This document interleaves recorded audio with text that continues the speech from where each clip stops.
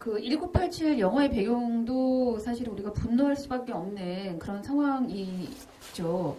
근데 우리가 지금 살고 있는 지금 오늘날의 한국 사회도 분노해야 할 것들이 굉장히 많거든요. 그 분노가 나를 움직이게 할 수 있다고 생각을 하는데 아까 우리 바비 얘기했을 때 그 어떤 운동의 방식이 좀 달라졌다. 저는 그건 굉장히 동의합니다. 그러면 SNS와 같은 그러한 것으로 우리가 만약에 바뀌었다라고 하면 그것이 가지고 있는 어떤 실천력이나 파급력이 없느냐? 그렇지 않거든요.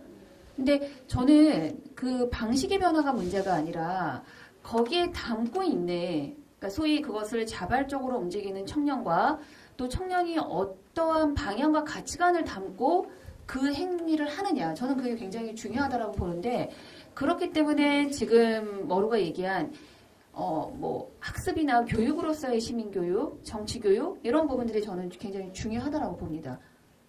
맞습니다. 그러니까 정치인들의 일상을 우리가 막 SNS를 통해서 감시하는 거.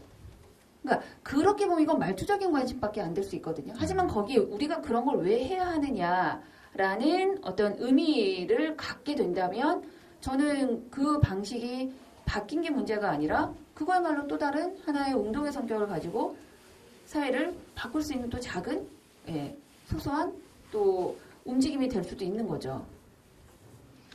그런 점에서 시민교육이 이제 중요한데 그런 점에 저는 이제 시민교육이란 말 자체가 많이 와닿진 않거든요. 시민교육하면 시민을 교육하는 교육인 시민을 교육하는 에듀케이션이 있는 건지 아니면 뭐 그래서 그 정의를 한번 잡아주셨으면 하는 게 왜냐면 은교님은 또 이 시민교육 쪽에서 엑스퍼트시잖아요.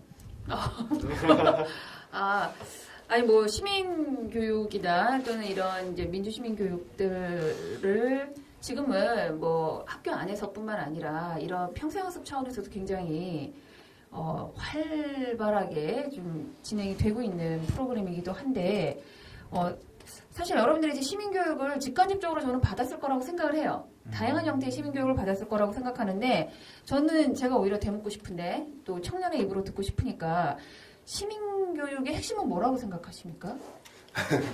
사실 제가 시민교육을 30분 전에 은근한 매력을 가진 교수님한테 붙잡으러 와서 들은 답이 있는데 굉장히 유명하신 분이거든요 이쪽으로. 그래서 제가 사실 내가 왜 이 방송을 준비하면서 내가 이걸 같이 모를까 생각해보니까 나는 교육을 진짜 오지게 많이 받은 거예요.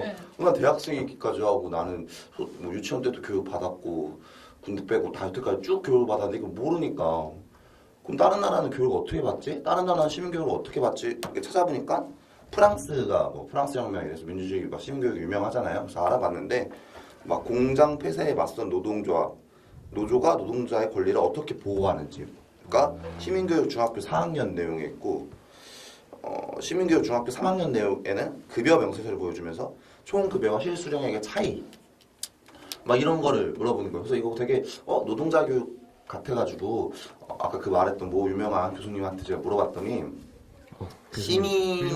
네, 그러니까 시민이 그 민주주의 사회를 살아가는데 주체로서 살아가기 위한 많은 교육을 하는 게 시민 교육이라고 그분이 말씀하시더라고요. 굉장히 동의하시는 것 같은데. 네. 그래서 그 굉장히 유명한 분도 한번 만나고 싶네요. 지금 이제 제가 주체라는 표현을 우리 귀요미 썼지만 사실 이제 주인으로 내가 살아가는 겁니다. 그럼 주인이 뭘 해야 돼요, 사실은? 행위를 해야죠. 그렇죠. 주인이라고 하면 나의 주인이라고 하는 건 내가 행위자가 되어야 되는 거죠. 누군가가 나를 움직이거나 내가 수동적으로 대상이 되거나 하는 것이 아니라 내가 주체가 되고 주인이 되려면 사실 지금 말한 그 서구의 어떤 시민교육의 한 프로그램을 보면 내가 알아야 내가 그런 행위의 중심이 되고 주인이 될 수 있는 거죠. 저는 거칠지만 이거야말로 가장 정확한 시민교육의 내용을 다 담아갈 수 있다. 그래서 저는 시민교육의 내용이 딱 요거다, 요런 프로그램이다가 아니라 그러한 행복한 주인이 될 수 있는 내가 되기 위한 모든 교육. 그래서 저는 굉장히 다양한 교육이 이 안에 들어올 수 있다고 생각을 해요. 그리고 여러분들 스스로가 이제 우리가 조금 더 이 사회에 주인이 되기 위해서 좀 더 시민교육이 필요하다. 그리고 그렇기 때문에 이제 어떤, 여러분들이 시민교육에서 무엇을 얻어내야 하느냐 또는 무엇을 우리가 학습하고 가져야 하느냐 저는 이것도 굉장히 중요하다고 보는데 좀 전에 머루가 굉장히 중요한 얘기를 했거든요. 본인의 경험 속에서 대학은 사실 공공의 문제이죠. 나는 그냥 일개 대학생일 뿐이고 하지만 우리가 그냥 파편화된 대학생 그냥 개인이었다가 뭉쳤다고 했잖아요. 그 대학이 평가가 나빠서 부시대학 성적. 네, 부실대학으로 네, 취업률이 낮아가지고. 근데 예술대학교이기 때문에 보통 취업을 안 하거든요. 네, 네. 그래서 굉장히 거기에 부당함을 느껴서 각 개개인인 대학생들이 대학의 문제로 하나가 되고 연대를 했던 경험이 있잖아요. 저는 지금 이게 바로 저는 시민 교육을 받아서 얻어내야 하는 부분이라고 생각해요. 그러니까 아까 전에 우리는 연대의 필요성을 사실은 많이 못 느끼고 있거든요. 그럼 나는 그냥 내 개인의 일상으로 살아가면 되지? 이런 식으로. 근데 사실은 우리가 개인의 문제를 개인이 해결할 수 있는 게 그렇게 많지 않아요. 맞아요. 네. 진짜. 근데 우리가 공공의 문제에 적극적으로 참여하는 것을 시민성이라고 얘기를 하는데 그 시민성은 사실은 내가 공공의 문제에 개인이 관계가 없다면 그 문제에 내가 어떻게 지속적으로 자발적으로 끊임없이 참여를 할 수 있겠어요. 그건 공공이 해야 할 문제거나 아니면 공공의 문제라고 생각한다면 근데 문제는 공공의 문제이지만 사실은 지극히 개인의 문제인 거예요. 그러니까 저는 시민성을 가져야 하는 게 저는 시민교육의 과정이라고 본다면 결국 공공의 문제가 내 문제라고 인식하는 과정. 그리고 내 문제야말로 정말 공공의 문제라고 생각하는 과정. 그래서 시민성에서 요구하는 어떤 공공의 선을 추구하는 그 과정에는 개인의 문제가 굉장히 중요하다고 생각하고 지금의 우리가 사교육으로 해결하는 그 교육의 문제가 정말 사교육이라는 개인의 문제를 해결할 수 있을까요? 그거야말로 정말 교육은 공공의 문제거든요. 근데 이거를 공공의 문제라고 치부를 하거나 아니면은 개인이 해결할 수 없다라고 생각을 하거나 아니면 이건 개인의 문제를 해결해야 된다고 생각하고 이건 공공의 문제가 아니라고 생각하거나 저는 이러한 부류들의 지금 사람들이 있다고 생각이 들어요. 그러니까 결국 이 교육의 문제는 지극히 개인의 문제이면서도 공공의 문제다. 그럼 어떻게 해야 되냐면 그 관심 있는 개인들이 모여서 이 공공의 문제를 같이 해결해 가야 될 수밖에 없는 거죠. 근데 저는 지금 이 교육의 문제만 보더라도 그냥 개인이 알아서 개인의 사교육을 통해서 뭐 한 집안에 막 사교육비가 몇백씩 들어가잖아요. 이건 개인이 파산하는 그렇죠. 거죠. 그렇다고 개인이 이 교육의 문제를 해결할 수 있나요? 결국에 교육의 문제는 경쟁 구도에서 나오는 거랑 결국에는 개인이 그렇게 하면 할수록 이 경쟁 구도는 훨씬 더 심화될 수밖에 없고 교육의 문제는 더 심각해질 수밖에 없는 거죠. 그러한 저는 상황에서 정말 시민교육이 필요하다. 그리고 여러분들과 같은 앞으로의 세대, 미래 세대는 이러한 시민교육이 부재한다라면 저는 오히려 지금 1987보다 지금도 훨씬 더 분노해야 될 상황에 있고 더 어려운 상황에 있고 그때 그래도 아무리 힘들어도 헬조선 이런 얘기는 나오지 않았던 것 같거든요. 근데 더한 아마 단어들이 나올 거라고요.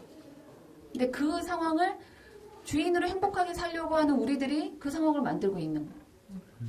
은규님이 정말 정리를 잘해주셔가지고 근데 정리가 너무 잘 돼서 이렇게 팟캐스트가 끝나나 했는데 그런 우리가 그러한 시민성과 그러한 한계가 있지만 그럼에도 우리가 최근에 1987을 못 겪었던 우리 청년들이 겪었던 1987보다 많이 모였던 혁명이 있었잖아요. 2016년 촛불혁명.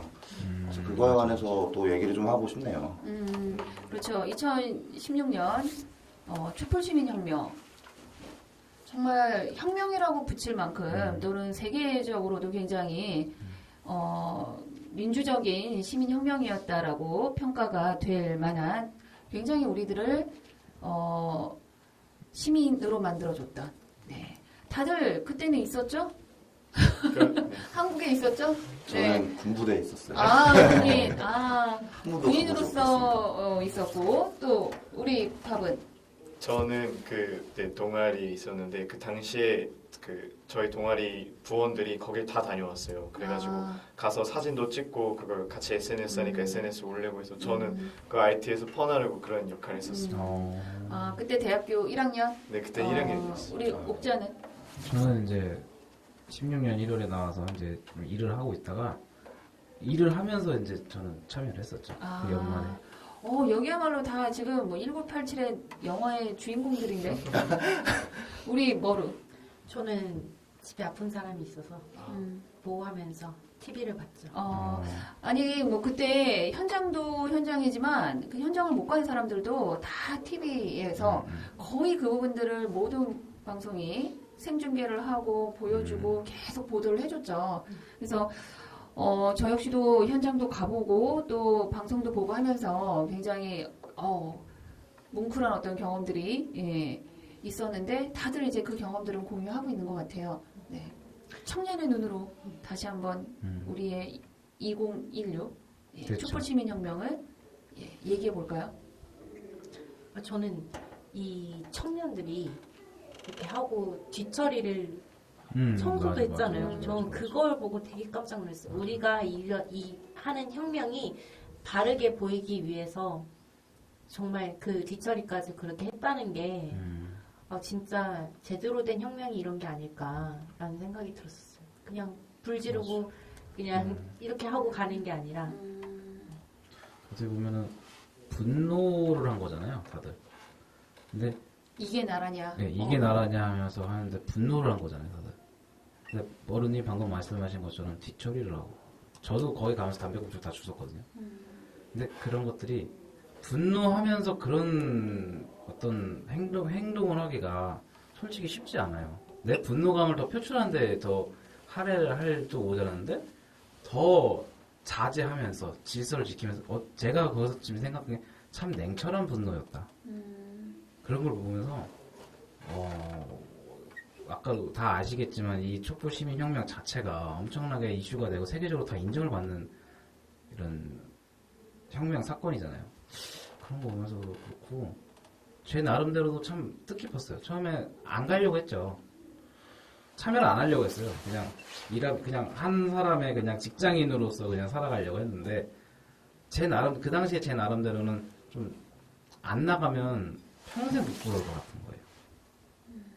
왜냐면 저도 뭐 안 나갈 수 있지만 언젠가는 교과서에 실릴 이 모습에 내가 안 나가면은 나는 과연 내 후배들 혹은 내 아이들 그 어린 친구들한테 할 얘기가 뭐가 있을까?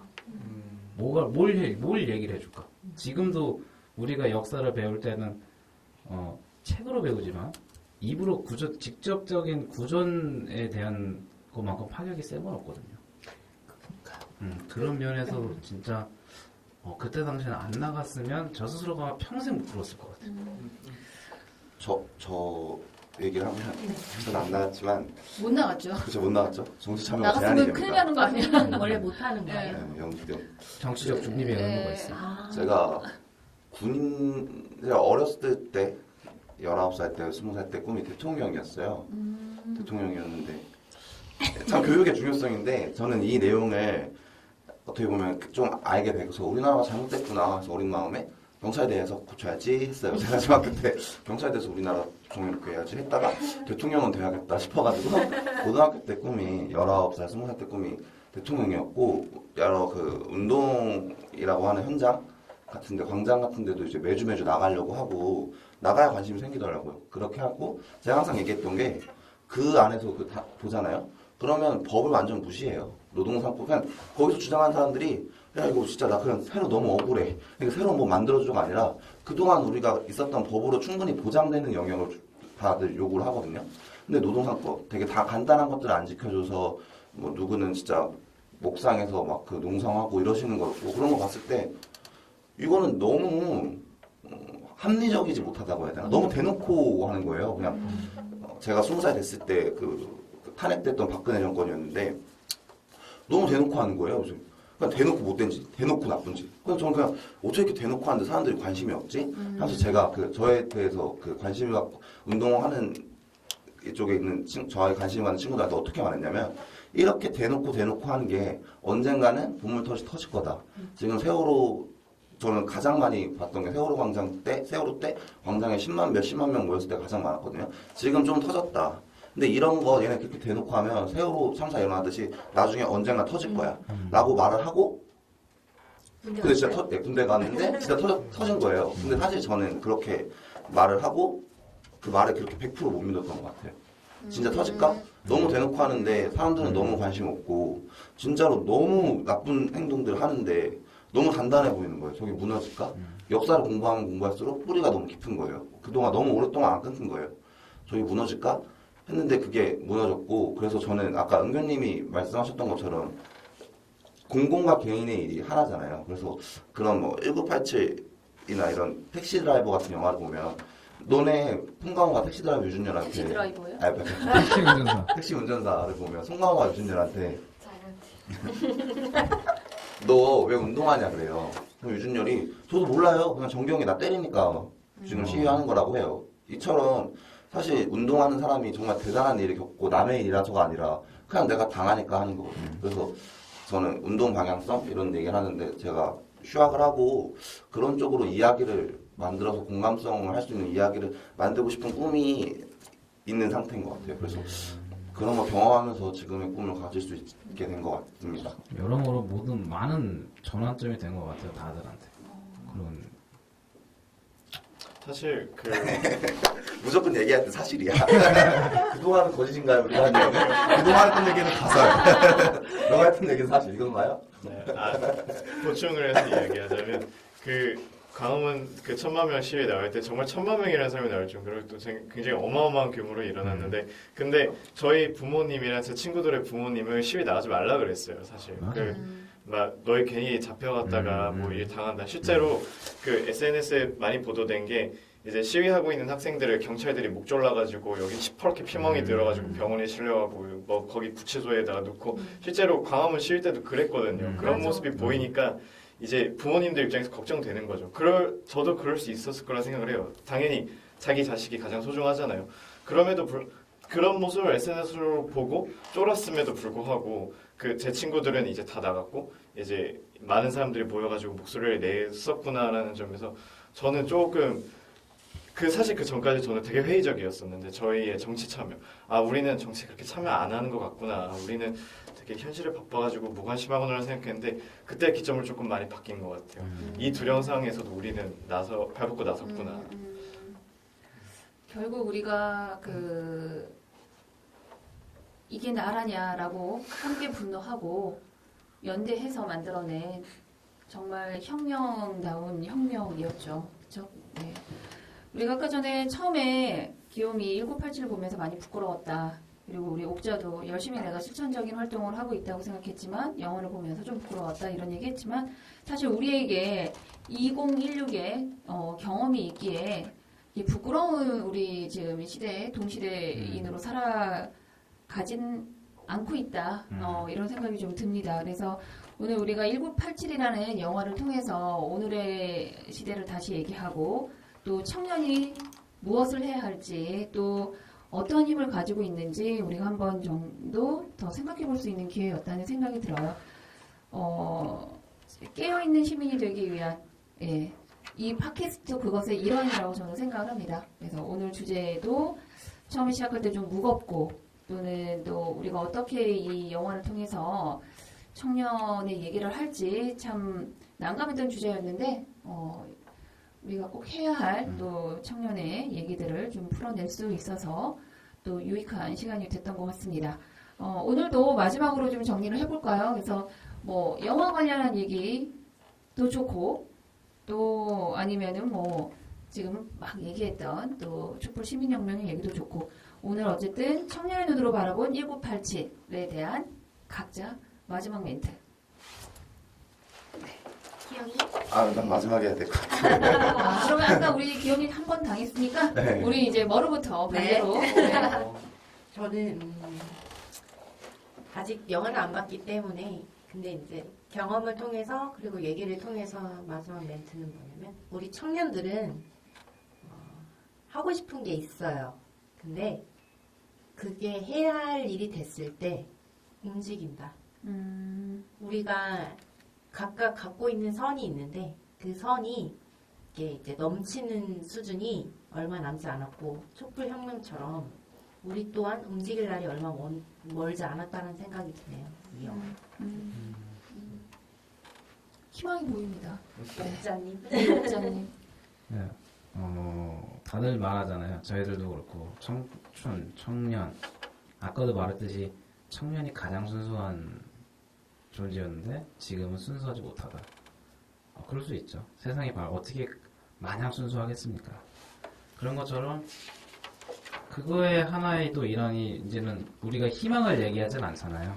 뭐가 나아질 거라고 얘기는 안 해요. 이거보다 더 나빠지지만 않았으면 좋겠다라고 얘기를 하죠. 그래서 헬조선이 나온 것도 있고. 근데도 저는 그게 맞지만 현실적으로 맞지만 그래도 참 저도 참 바보지만 그래도 하자고 얘기하고 싶어요. 계속 희망이 1987이나 60항쟁이라든지 그 여타의 사건들이 있었던 우리의 선대들이 그리고 엄마 아빠가 희망 때문에 어떤 가능성 때문에 한 건 아니라고 생각하거든요. 해야 하니까 했었던 거고. 그런 것처럼 우리도 어떤 가능성, 더 쉽게 말하면 간보지 말고 재지 말고 그냥 하자라고 얘기하고 싶어요. 뭐든지. 한마디로 둘 다 정리가 안 되는데 아유. 이쪽 편에 있는 우리 두 명의 패널은 어떻게 정리를 할지. 우리 정리가 오빠. 사실 저는 오늘은 정리보다는 하고 싶은 이야기가 있어요. 그러니까 저희가 아까 이야기했지만 SNS를 하면서 저희가 느끼는 거는 우리가 참여할 기회가 있지만 우리가 이걸 터질 때까지 참여를 하지 않아. 터질 때까지는 우리는 가만히 있다가 그러니까 온도로 따지자면 100도씨일 때 끓는다. 99도씨까지 우리는 가만히 있는다. 이런 생각을 했는데 결국 이 SNS 하면서 제가 계속 느끼기로 가장 큰 단점은 저만 이야기한다. 저만 생각한다. 이런 거 같았어요. 그래서 사실 저는 이 방송을 보시는 분들이 그렇게 얼마나 볼지는 모르겠지만 아무튼 여러분들께 꼭 드리고 싶은 말이 두 가지 있는 게 첫 번째는 동아리 같은 활동을 꼭 하세요. 대학교 가면. 난 이랬는데 남은 이렇구나. 나는 여기까지 알고 있었는데 남들은 여기까지 알고 있구나. 라는 거를 나 혼자만 생각하지 말고 이야기하고 나누는 기회가 됐으면 좋겠어요. 동아리 활동을 하면서. 그리고 두 번째는 여가 때 꼭 영화를 봤으면 좋겠어요. 저는 1987에 되게 무심했었고 알고 있는 사실에도 그냥 그때 그랬었지라는 생각을 하다가 영화를 보면서 정말 눈물까지 흘리면서 봤거든요. 아 이랬구나. 그러니까 이제 영화를 보면서 이제 감독이 전하고 싶은 말, 그 시대의 메시지 이런 것들을 받을 수 있었던 점에서 되게 좋았어요. 그러니까 저는 동아리 활동 꼭 하고 영화를 꼭 봐주시기를 이제 부탁드리면서 마치겠습니다. 마지막 기용. 첫 번째 하는 게 나을 것 같겠죠? 아니에요. 저도 한마디로 정리는 안 될 것 같은데 1987 이 혁명에 대해서 말을 하면 미완의 혁명이라는 얘기가 많이 있는 것 같아요. 1987 끝나고 여기는 문민정부를 이루지 못했고 3당 합당을 했고 3당 합당이 끝난 다음에 최초의 대한민국 정권 교체가 됐지만 그 후에 다시 그 당을 전신으로 하는 당이 있었고 2016년 혁명을 통해서 그 당의 여러 잘못이 나왔잖아요. 1987이 제 개인적인 추론이지만 2017년에 나왔는데 2016년까지는 블랙리스트라고 해서 그런 내용에 대한 감시가 들어가봤던 현실이거든요. 그래서 1987의 위안의 혁명으로 남았고 2016에 일어났던 혁명도 위안의 혁명으로 남지 않았으면 좋겠어요. 그래서 지금 많이 여러 문제들이 사회에서 분문터지시 나오고 있잖아요. 그래서 개인의 문제와 공공의 문제는 분리되어 있지 않거든요. 여러분이 만약에 방송을 보고 계신 분들이 만약에 불행하다면 그게 과연 나에게만 해당하는 문제인지 공공에게 해당하는 문제인지 그러면 역사적으로 어느 뿌리에서 그걸 해결할 수 있는지 공부하시고 운동에 참여했으면 좋겠습니다. 네. 오늘은 마지막 한마디 정리 멘트가 아니라 네 명이 다 똑같이 마지막 하고 싶은 그동안 하고 싶었던 얘기들을 못한 얘기들을 좀 마무리 발언으로 해주셨습니다. 의미 있는 시간이었고요. 오늘도 함께한 귀여움, 밥, 옥자, 머루 함께해서 즐거웠고 또 다음에 더 유익한 주제를 가지고 다시 만나겠습니다. 안녕.